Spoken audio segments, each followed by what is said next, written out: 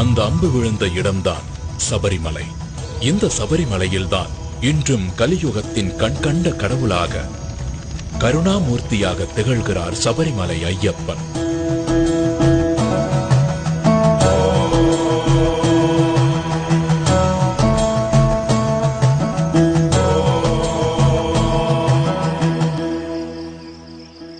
சபரிமலையில் ஐயப்பன் கேட்டுக்கொண்டபடி கோவில் கட்டும் பணியை வேகமாக மேற்கொண்டார் மன்னர் ராஜசேகரன்.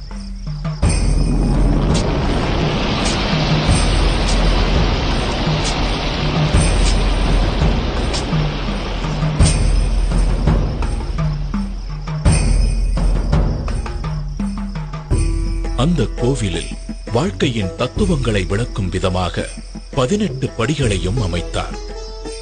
இந்த 18 திருப்படிகளும் 18 மலைகளையும் 18 கடவுள்களையும் 18 தத்துவங்களையும் குறிக்கின்றன.